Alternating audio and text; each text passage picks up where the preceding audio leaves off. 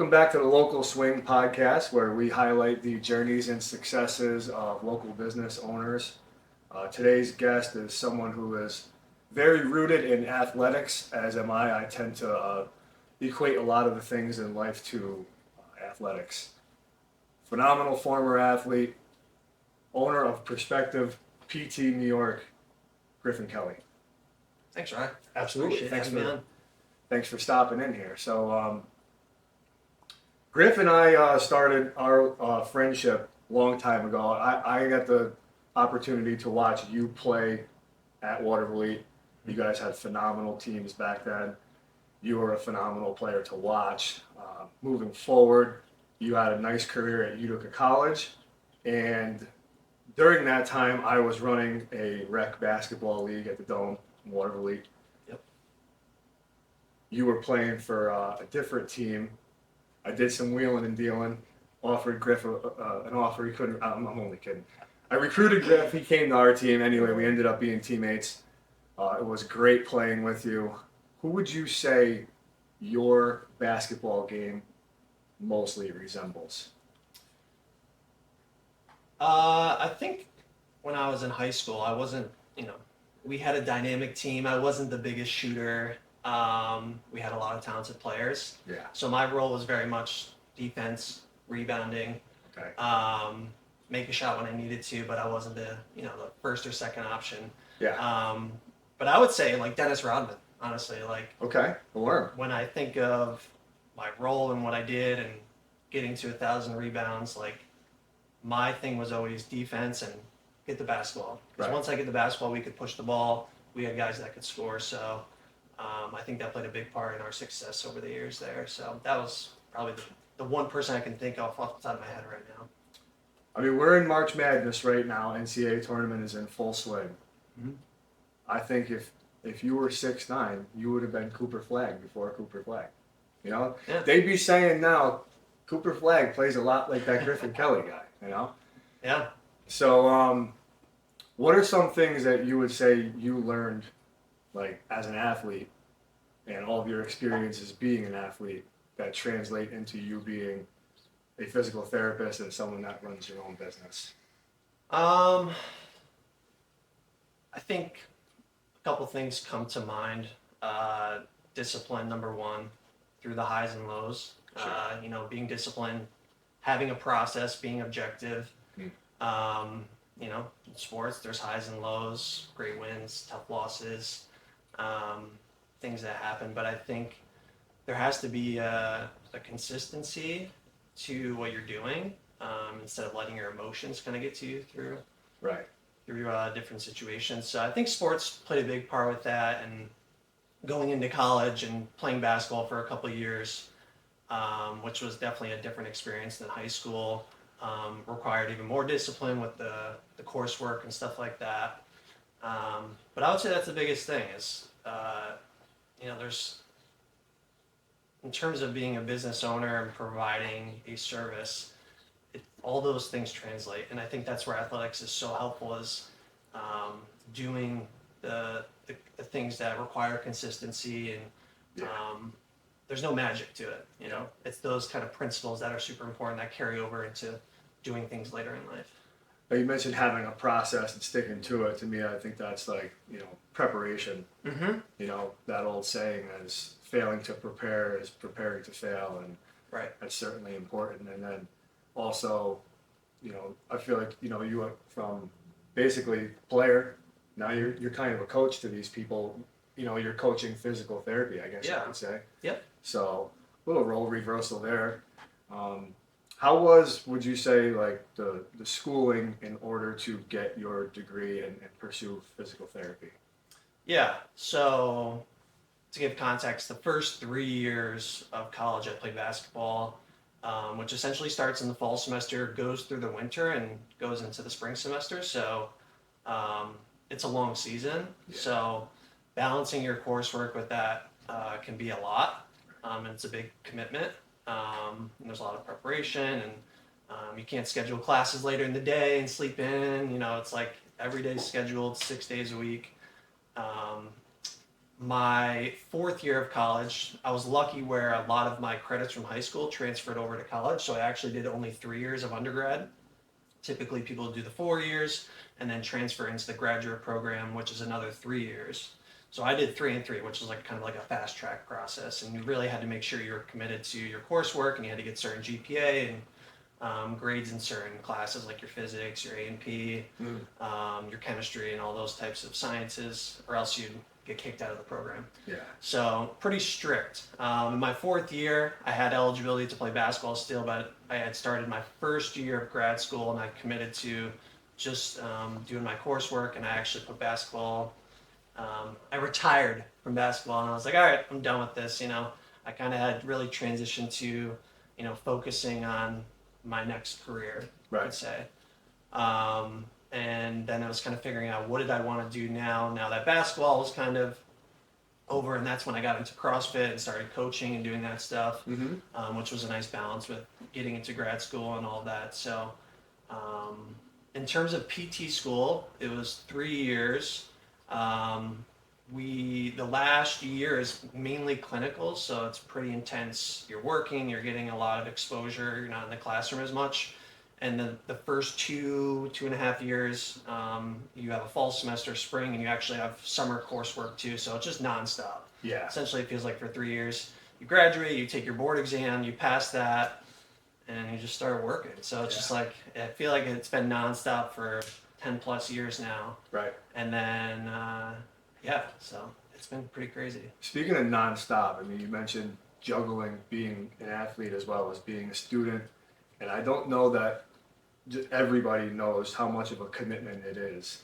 You think basketball season, you're thinking, whatever, October until February or March, and it's really not like that. I mean, there's summer workouts, there's early, fall semester workouts, and there's just so much that goes into that. And then also you mentioned a lot of words that it kind of give me PTSD, honestly, biology, anatomy, because I personally went for athletic training, and hats off to you for making it through while being an athlete, because I didn't, the C minuses I was racking up in those courses, it was also competitive out at Cortland, and I was like, I don't think I'm going to make it through here. So that was a pivot point for me. Another thing I failed to mention in our little backstory bio is that we used to mow lawns together. Will's Weeds, shout out to Will's Weeds. You grow them, we mow them. Yep. But I gotta imagine what a great job that was for that point in our lives, and really I think that built a lot of character for who I am. But I'm assuming you like putting your efforts more towards physical therapy now than pushing the mower, because there were some hard days out there. It makes you appreciate, Sure. I got to bring this up because there was one day, worked for the city of Waterville a couple summers, and just in terms of physical labor, there was one day I was assigned to the garbage truck because somebody didn't show up for work, and it had been the day after it had rained, and having no experience being on a garbage truck and the intensity of it and the speed of it in terms of getting from one can to the next, how heavy it was and demanding, it makes you really appreciate getting a degree and doing a different thing that maybe you're not killing yourself, feels like, but using your head a little bit more and doing something a little different. But appreciate always those experiences, because it makes you thankful for what you have now. Yeah, it makes you value that old work smarter, not harder kind of thing. So also go back to 2018, 7 years ago now. I was in the middle of my Ironman training, and I was having some issues, back and hips and stuff. And at the same time, you were posting a lot of like mobility, kettlebell sort of workouts. Yep. And reached out to you. I think we did a track workout with some sprints like a couple times early in the morning. And on the turf. Yeah, on the turf. And then we did a lot of introducing me to like mobility. I think that was the first time I actually did any meaningful mobility exercises, and it probably just felt good that day because I wasn't still running on the turf trying to catch you. But the the 90-90 stretch is something that's a part of my daily routine now, and that's definitely helped me out a lot. So Nice. thank you for that, which Yeah. leads me into a lot of people who would want to get into practicing mobility as part of their routine. Mm-hmm. I'll say personally on Instagram or any other social media platform, there's a lot to learn out there and that you could get started yourself. But a lot of people have there's a barrier of like, how do I get started since I can't do that movement that I'm seeing on my phone right now? What advice would you give to people to start their own? Yeah, that's there's a kind of a couple different things I think about with mobility, and we kind of talked about this just briefly before we hopped on here. Was just mobility and flexibility. Number one, just know what are those differences, because when we think of mobility and flexibility, we're thinking of movement. Flexibility, I think a word that comes to mind for people is stretching. Okay, I need to be more flexible. Mobility is like, what is that? Is that stretching? What is that? So mobility is a little bit more of an active approach to regaining some movement. Mm-hmm. Flexibility, we'll think of just like passive stretching. I'm laying on the ground, I have a stretch out strap, and just like lifting my leg and stretching my hamstring. Yep. They're both important in different ways, and everybody's body is different in terms of what they need. And the hard part is with social media, a lot of these people that are posting this stuff, their bodies, and they've been doing this stuff for probably a long time, but their bodies are also naturally able to do a lot of this stuff. Yeah. So we think of our anatomy, our joints and our bones, how our muscles and our tendons actually lengthen. Some people are more hypermobile, so they just have more genetically just more movement capabilities than other people. Yeah. Some people are just very stiff, kind of rigid people. And so the stuff they're posting isn't going to be appropriate for someone that like is very stiff and rigid. And like, what is the entry point for them? It's going to look different. It's going to depend also on their health history and have they had any surgeries before, injury history, are they dealing with any current pain? There's a lot of things to consider. So it's hard to just kind of give general like, hey, start here with these mobility movements. But the main areas I tell people is we want to work typically kind of the mid-back area. These areas are going to be the most restricted for people. So the mid-back area, your hips and your ankles. Okay. Shoulders too, but really your mid-back, hips, and ankles, if you focus on those areas and you can find movements that are pretty low-key, not painful, those are the areas to focus on the most. And if you go on YouTube, you go on Instagram, you can find a million different things. Sure. But just like anything, it really comes down to figuring out what is right for that person's body and what they need based on what they're dealing with. So, what injuries or injury prevention techniques go into like different sports? As a football player, maybe different than a swimmer or something like that. So, injury prevention, it's hard. We're never really going to prevent probably an injury. We can reduce the risk. And, if this person's at a 50% risk based on their health history and what they're doing and their habits currently, how do we get it down to like 10% based on what they're doing, recreationally? Yeah. And so I think it goes back to just the foundational stuff. Sleep, hydration, what's your nutrition like? What's your stress management? What's your activity level day to day?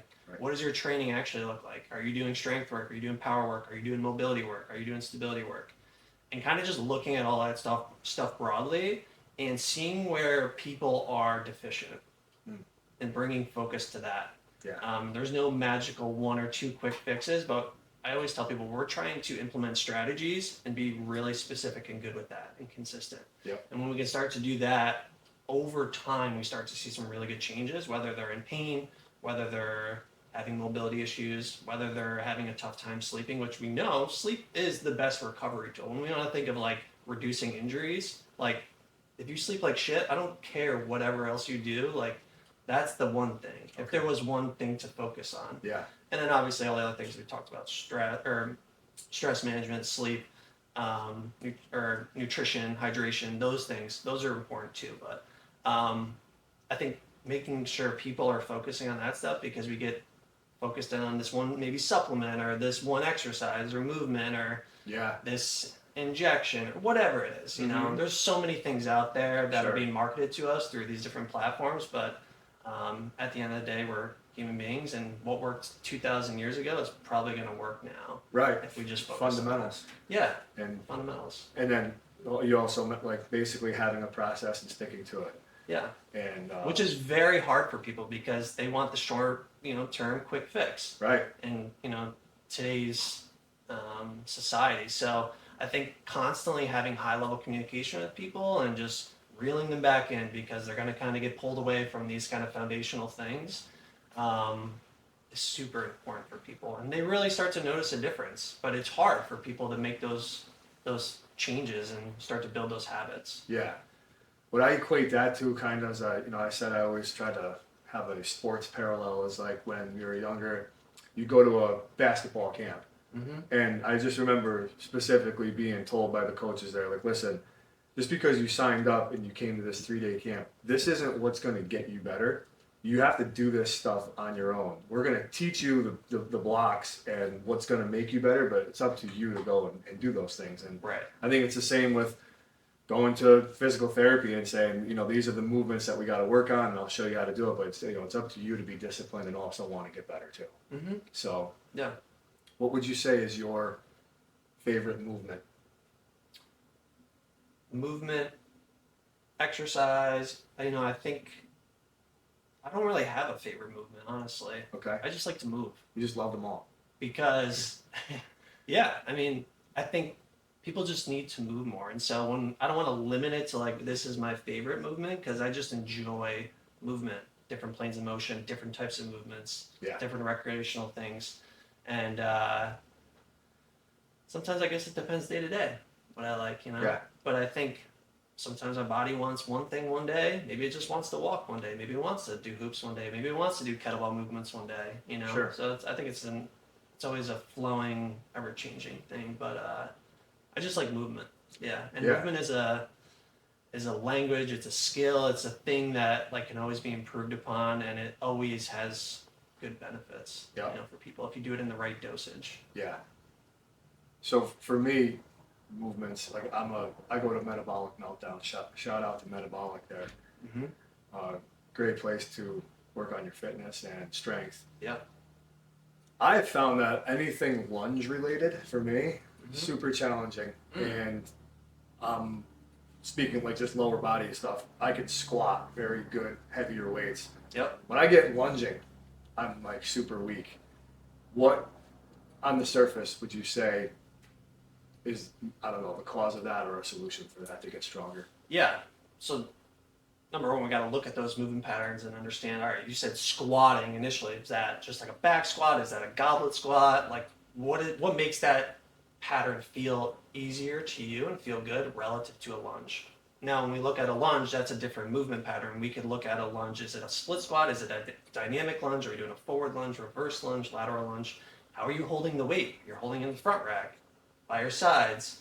And so when we start I to didn't know you were going to ask me all this. Yeah, this is just popping in my head of number it. one, let's understand the movement patterns and how what they put on your body, the stress, the demand. Yeah. And now we start to understand and look at these different buckets of, all right, what's your mobility? Where at your ankle, knee, hip, spine, in terms of mobility, are those all moving well for those movement patterns and your ability to access those movement patterns? Because if not, maybe it's just a mobility issue. It's not a strength issue, even though it might feel weaker or more difficult. And that's where getting very precise and specific is important. And then how do we start to, wherever those deficiencies are with the mobility, stability, strength, how do we build those areas back up locally and then globally to reintroduce that pattern in a loaded way with weights and stuff?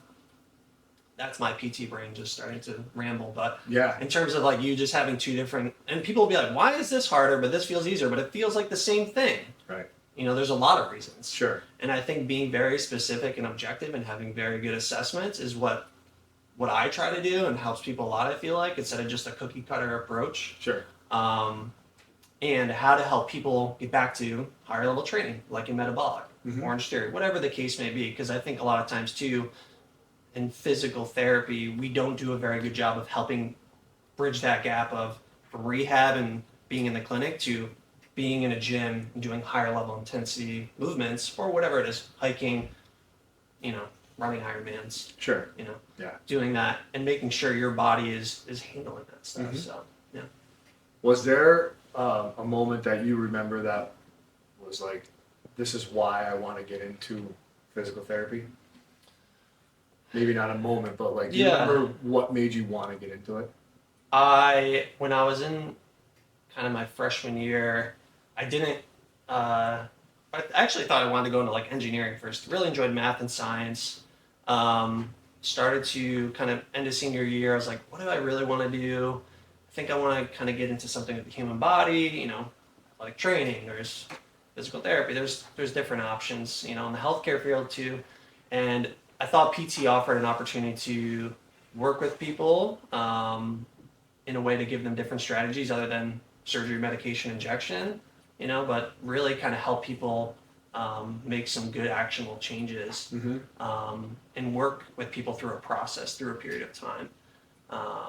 So there wasn't probably one moment, but I remember when I was like, all right, I'm going to do physical therapy. There's a certain amount of slots open for the graduate program every year where I went, and I had applied too late. So actually, freshman year, I wasn't even in the PT program. I was like, I might never get into this program. Right.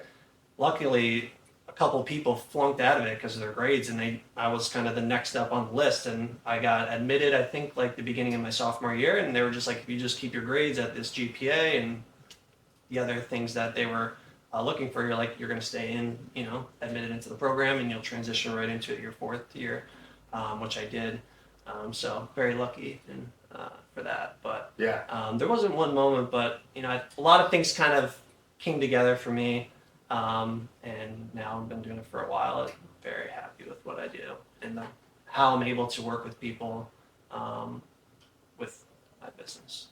That opportunity you got because someone else may have flunked out because of grades. That's basically Yeah. what happened to me. Mhm. So I'm counting that as an assist. Yeah, You know? I appreciate those people because if they Absolutely. stayed in, I wouldn't be sitting here talking about this and physical therapy. I could, I don't know, I could be a fireman. Sure.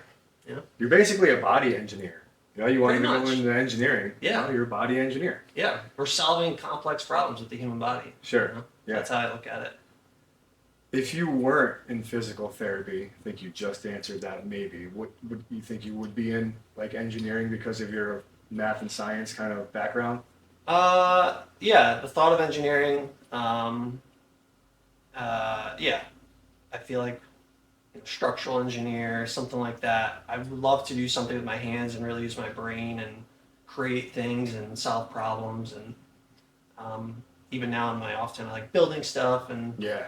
so my brain's always kind of working like that. So probably something engineering or general contractor, electrician, Yeah. something where It's a challenge. there's a physical component to it, but I'm using my brain too. Sure. Yeah.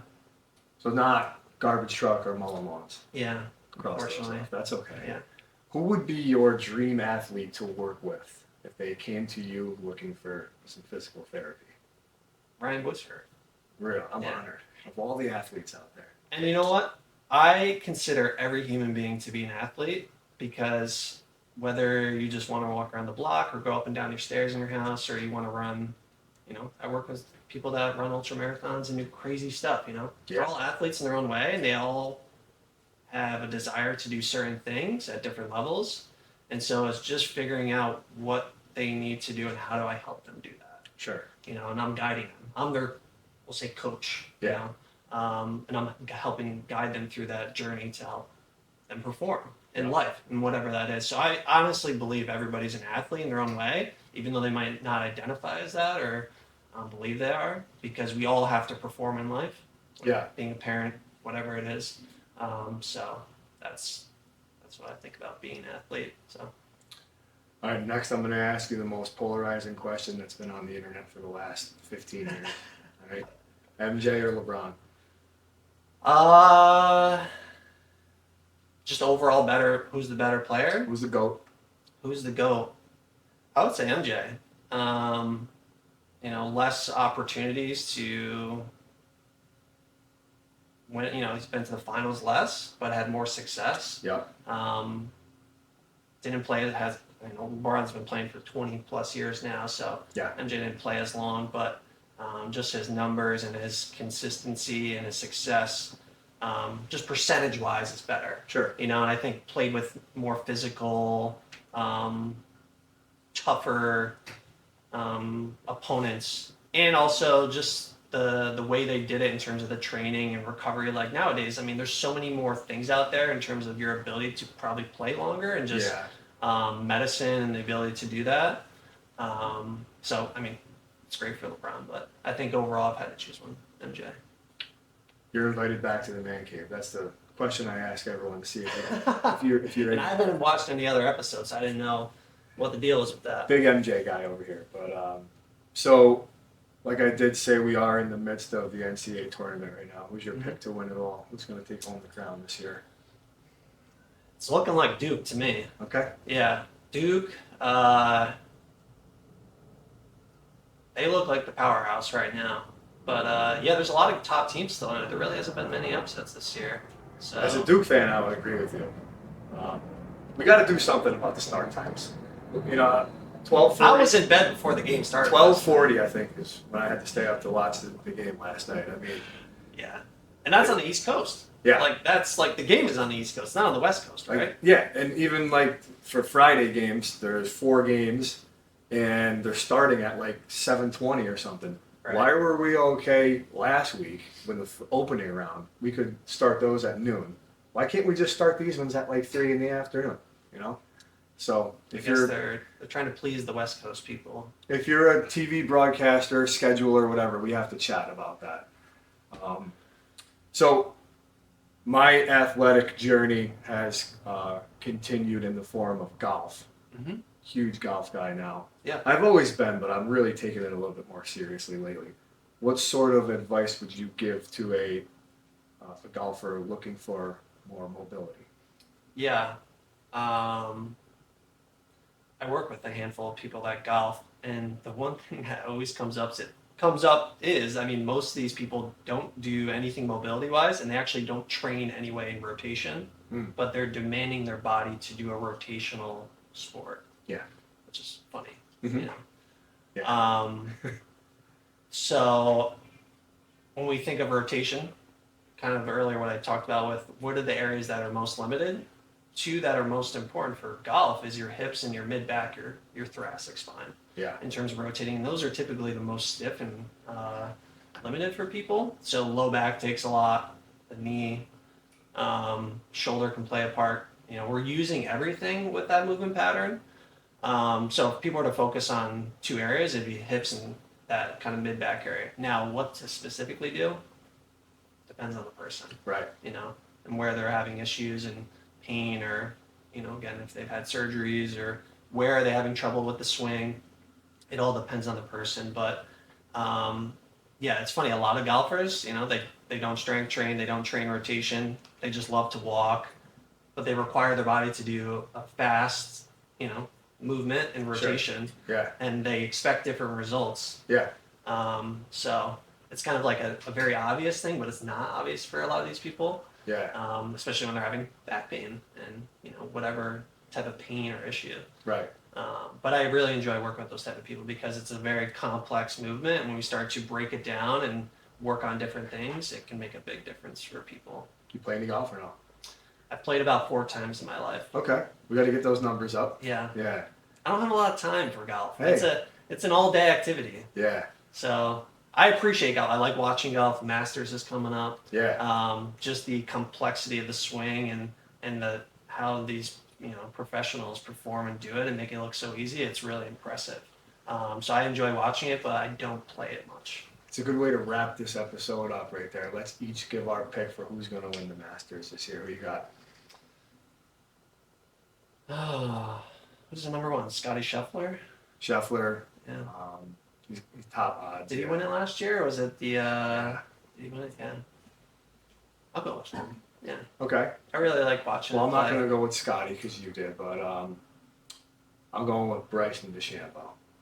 So Don't know who that is, but we'll see. Sure. We'll see what happens. We'll have to come check back to this in. episode. Absolutely. So that about wraps things up. We're talking golf swings on the local swing. thanks for swinging through, Griff. Yeah, thanks, Ryan. Appreciate it. Absolutely.